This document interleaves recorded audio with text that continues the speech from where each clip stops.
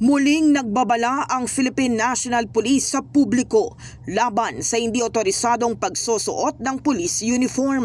Iniimbestigahan na kasi ng PNP ang nagtrending sa social media na executive ng isang automobile manufacturing company na ginawang costume ang PNP uniform sa Christmas party.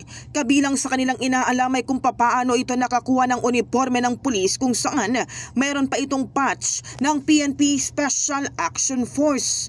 To remind the public na meron po tayong batas, particularly yung Article 179 na bawal po ng pagsusuot ng anumang uniforme o insignia na identifiable sa ating mga law enforcement agencies including the PNP. So meron po kayong kakaharapin na kaso kapag sinuot niyo po yan, knowing na hindi naman kayo authorized magsuot yan at yan ay identifiable sa PNP.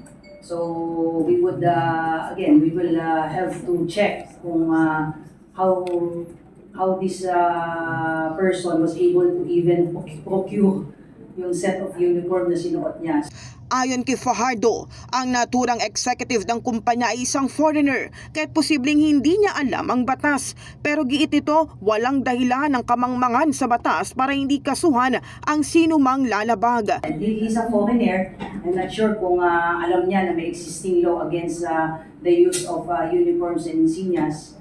So let us beware na bagamat ito ay for fun lang, but this will not sit well with the PNP considering na uniforme ng PNP yung kanyang ginamit. Ayon sa PNP, sa ilalim ng Article 179 ng Revised Penal Code o illegal use of uniform o insignia, maaaring makulong ang isang individual na mapapatunayang lumabag ng hanggang 6 na buwan.